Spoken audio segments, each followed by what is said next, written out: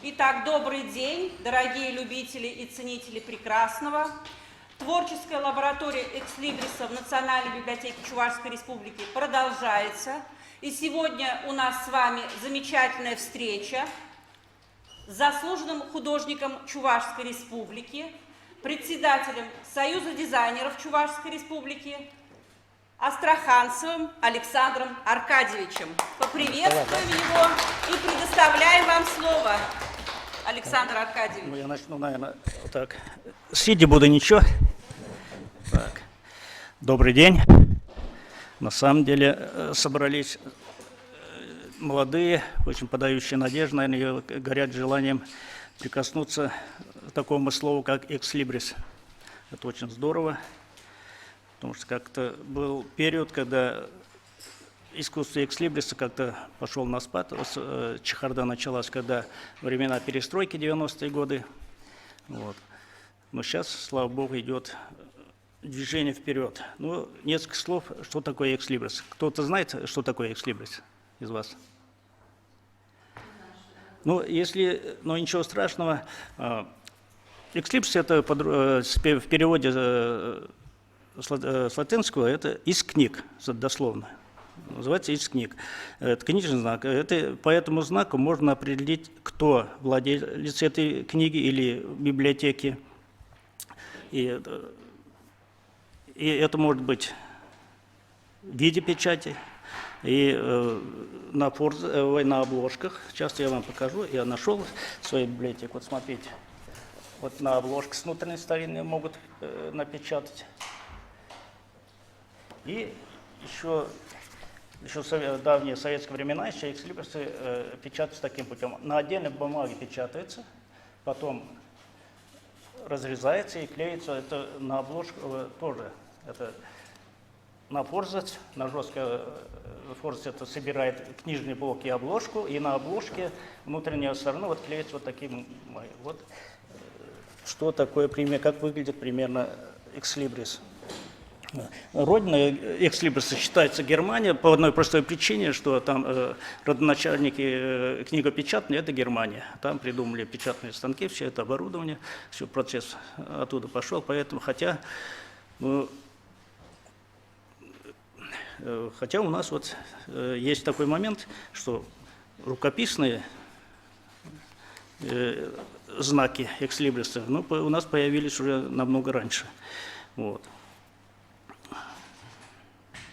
Ну, экслибрисы с тех времен, когда начали делать, они начали изготавливаться вручную. Это само собой, это Соловецкие монастыри на Соловках в Карелии.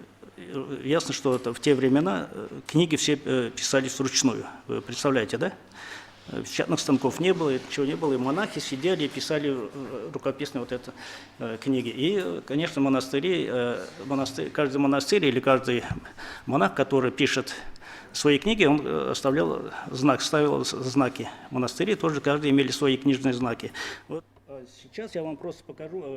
Экслибрисы делятся, их подразделяют, различают по изображениям. Это в старину, еще когда во время эпохи Возрождения в основном начали делать книжные знаки, использовали гербы. Это гербовые, или сейчас говорят, геральдические знаки. Вот. Работа Дюрера эпохи Возрождения. Вот эти тоже можно подряд показывать. Вот.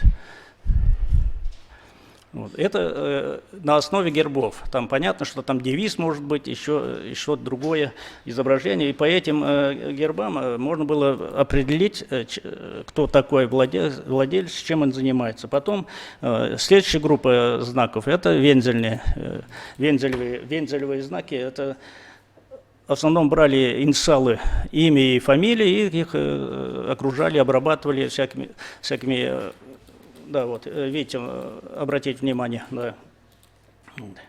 Они, иногда даже если вы видите такие вензеля на монетах, на обмундировании военных тех времен,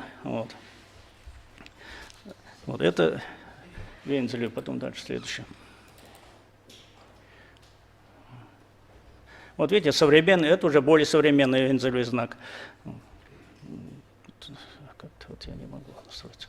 Мне надо быстро, мне вот это следующее. Так. Есть сюжетные знаки, эти уже появились попозже, тут же на сюжетных экслибрисах все можно понять. Там изображение должно быть какое-то, кроме слова. Может быть, слова не обязательно экслибрис, могли быть слова из книг или библиотека чья-то. Вот.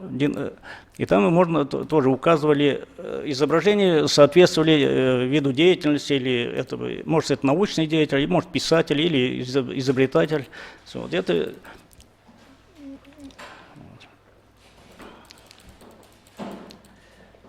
И еще шрифтовые, это самые простые варианты, шрифтовые появились еще, но не самые удачные, и их просто были шрифтовые, еще какие-то элементы, вот. Элементы туда включали, вот. И универсальные, вот. Вот шрифтовые, и вот, смотрите, это как печать просто, вот. И туда вставляли универсальные, они туда могли ставить номер, вот, следующий. Вот универсальный, да. Вот универсальный знак. И обратите внимание, там изображение стоит, и типографским способом это изготавливали, но никакой надписи не делали. Уже владелец библиотеки вписывал в свою фамилию и название библиотеки, может, и номер. Вот. Номер ставили. Но вот такой вариант, ну, дальше. Но такой вариант, он долго не продержался после вот эти питерцы, после советского начала прошлого века еще воспользовались, в советское время тоже пользовались, но потом они из обихода вышли, как-то не прижились. Вот. Но сейчас на современном этапе, сейчас вы сами прекрасно понимаете, сейчас появилось такое понятие компьютерный экслибрис. Вот. Все вот то, что мы вначале посмотрели, они изготавливались такой техники, сложной техники разные есть. Форд, линогравюры, ксилография, это вначале вырезает на дереве, линогравюра вначале изображение вырезает на линогравюре, только потом подготавливает печать. Но сейчас вырезает на оргстекле даже, на пластике современные материалы. Но уже сейчас уже хорошо стало то, что компьютерные технологии, вот. И они совсем перевернули все это про экслибрисные дела. Вот. Сейчас не обязательно. Вот. Но это...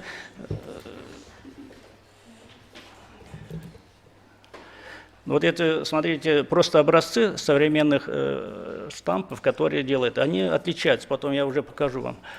Экслибрисы, они в этом году, понятно, что я не обошел тему Великой Отечественной войны, тем более в этом году 80 лет победы в Сталинградской битве. Вот эти, видите, экслибрисы делают и военачальники, посвященные городам-героям и личностям известным. Вот и видно сразу, что изображение погоны и золотая звезда – это библиотека Героев Советского Союза.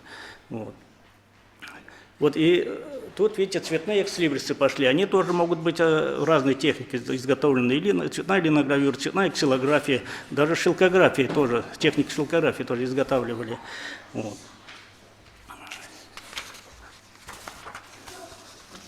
Ну, там красный был вот этот... Это книга, библиотека известного писателя, военного писателя, единственного героя Советского Союза, боевой разведчик, который написал очень много книг про войну. Это Карпов. Это экслибрис Сергеева, Смирнова, который написал известную книгу «Брестская крепость». По истории вы, может, проходили. А этот какое-то отношение имеет к нашей Чувашской республике. Это повесть о настоящем человеке, экслибрис библиотеки Моресева. Моресева, знаете, да, который войну потерял, ноги потерял, и потом обратно восстановился и начал воевать, летать, и получил звание Героя Союза. Но он лечился и после ранения в Вибресском госпитале у нас. Вот. Поэтому это тоже военная тематика, можно это просто смотреть. Кроме этого еще очень много, а вот это еще очень, это слово, ну, это не будем останавливаться, это потом я вам просто, может, добавлю.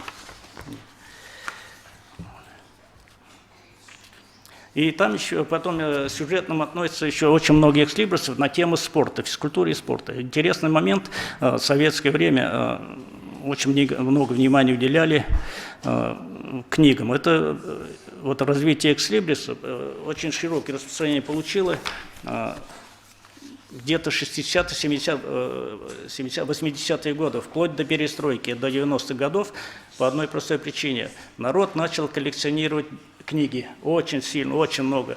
У прабабушек, у бабушек поспрашивать, они вам расскажут, как они доставали книги.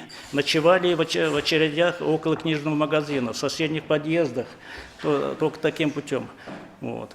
Поэтому большой скачок произошел в развитии экслибрисов. А это серия экслибрисов спорта, это шахматом. Я называю эту серию «Ход конем».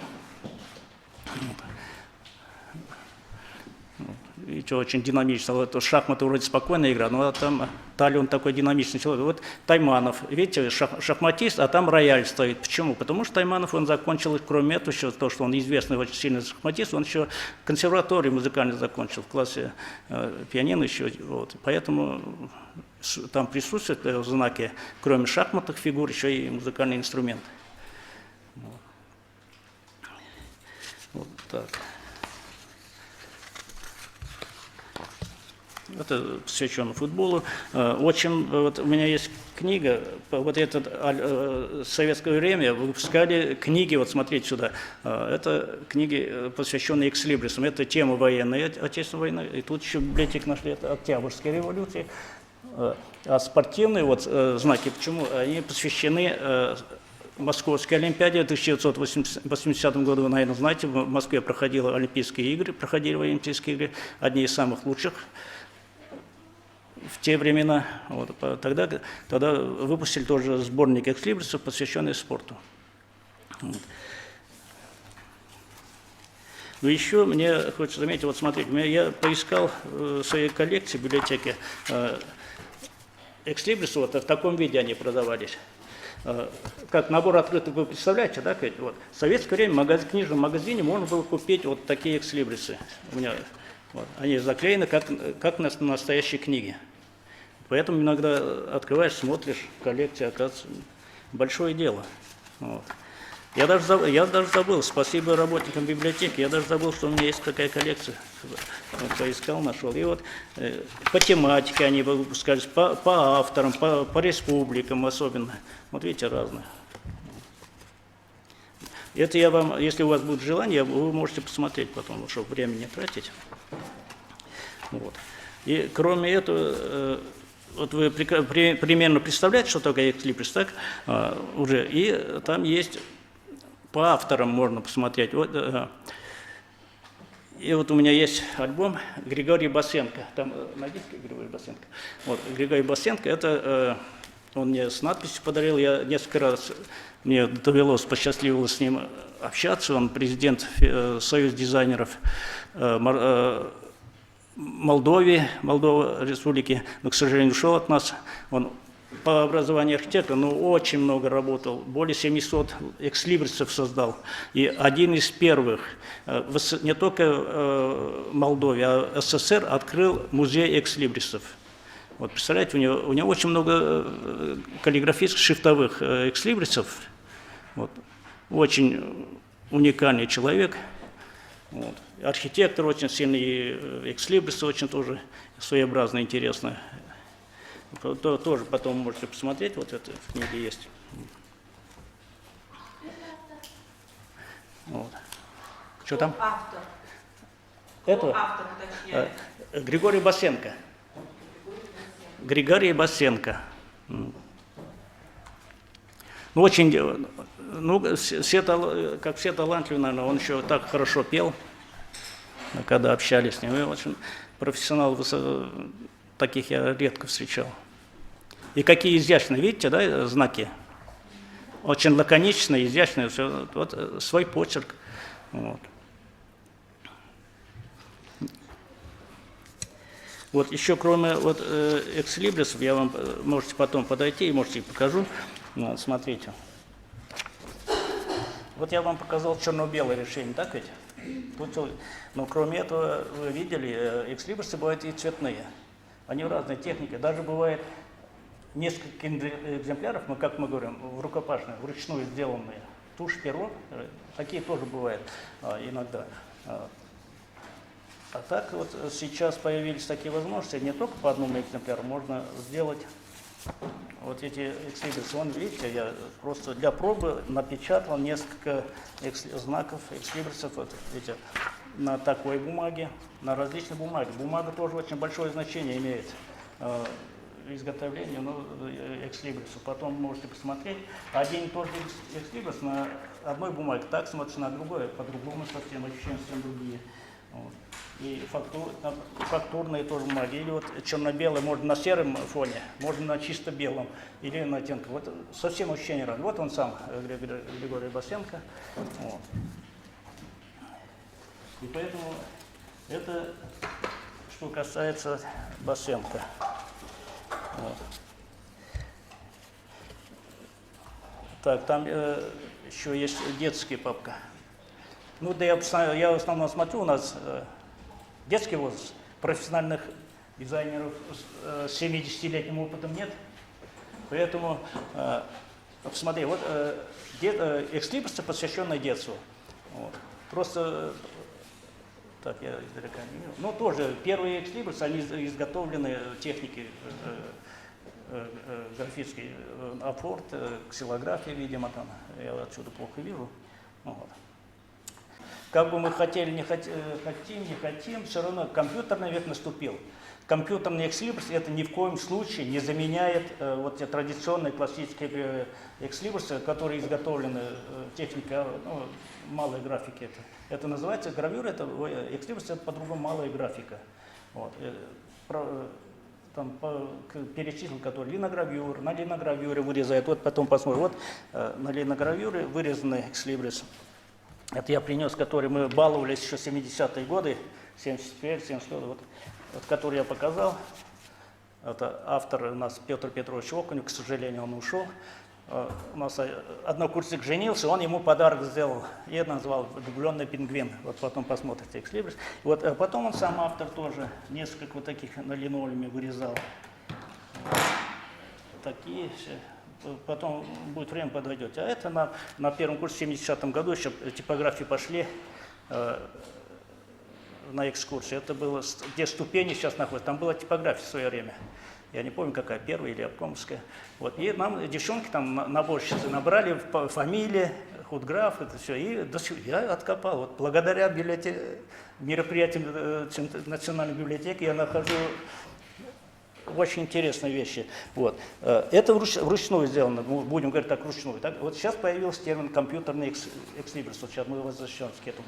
Что такое компьютерный экслибрис? Это ни в коем случае не конкурент экслибрисам, сделанный в классическом стиле. Это скорее просто это модернизированный карандаш, модернизированные кисти, резцы. Все это, потому что там мозгов нет, мозги у художника, у дизайнера. Поэтому это всего лишь улучшенные варианты. Все. Но там очень много возможностей по сравнению с тем, что, например, на металлисте, на цинке выцарапать сухой иглой, техника такая есть. Если штук 100 напечатать, чтобы там зазубрины, они стачиваются, и уже больше надо по новой делать. А на компьютер как очень просто. Начать, ну, обязательно. Басенко можно посмотреть? Там последний кадр. Посмотрите, как надо. Я тоже благодаря библиотеке порылся. Я вспомнил, что на заре дикой перестройки, когда в 90-е годы наброски, и потом только уже переносили на компьютер. Ну, как на перенос? Вы представляете? Сканер. Что такое сканер, знаете? Обязательно нужны для печати станки.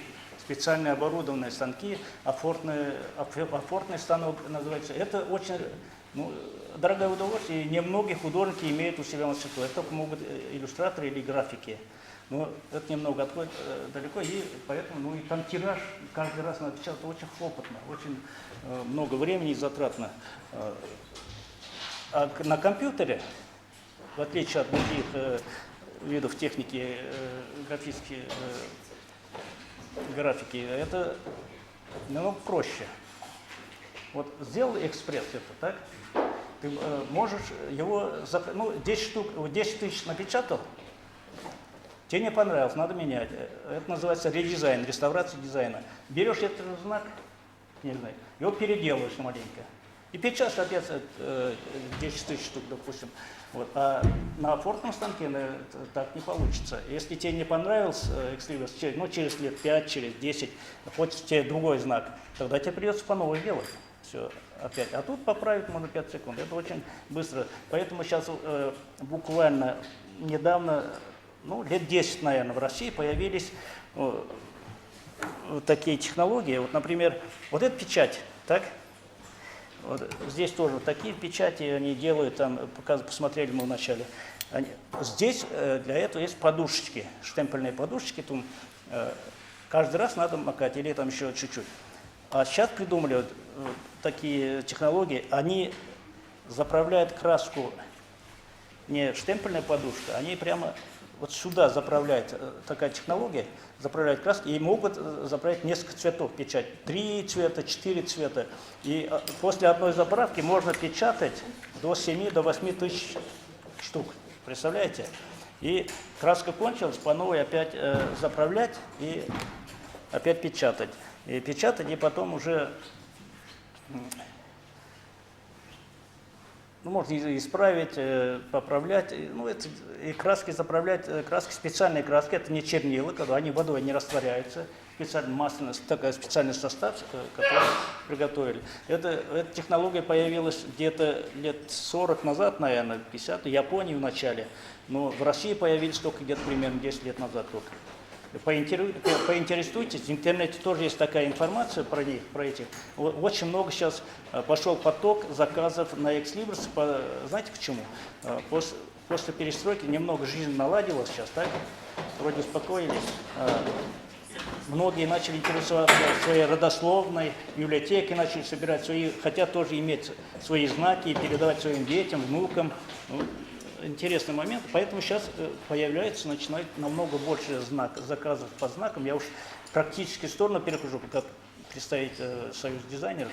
Вот меня тоже интересует, чтобы был немного практичная сторона тоже, привыкали сразу, не просто так. Вот. Да, потом, ну, кроме вот то, что вы видите, так, то, что мы посмотрели маленько, кроме этого, вот все изображения, которые очень часто проводятся выставки. В 90-е годы затишье было. Раньше в советское время проводили выставки, конкурсы, потом издавали вот альбомы, где размещались все экслибрисы. А сейчас уже тоже начали проводить выставки. Вот недалеко от нас, в Елабуге, проводится уже 4-й раз или 5-й раз триеннале экслибриса. Триеннале это что такое? Это мероприятие, которое проводится 3 года раз один. Биеннале в 2 года раз. Например, Олимпийские игры проводятся 4 года раз, правильно? Вот это биеннале 3 года раз проводит в Елабуге, это татарский город Татарской Республики, родина Шишкина, можно туда сесть, очень красиво, очень интересно. Но они там принимают, на последний курс принимали работу только посвященную Мусе Джалилю. Муса Джалиль, кажется, так? Да, вот. У него там круглая дата. Ну, это поэт, татарский поэт, как Моабитская тетрадь, вы, наверное, читали, вы-то не слышали, наверное, может. Но более взрослые помнят. Он в плену был и в плену написал поэму Моабитская тетрадь. Но он оттуда не вернулся, там он погиб в тюрьме немецком плену. Вот они посвятили его юбилею. Поэтому кроме них даже, ну они там принимают, говорю еще, не принимали, по крайней мере, не компьютерные варианты, только оттиски, отпечатки, которые вот таких техник, как литография, линогравюра, штукография, вот интересно. Вот. Но как бы там ни было, жизнь двигаться идет, мы все равно должны за технологиями идти вперед, поэтому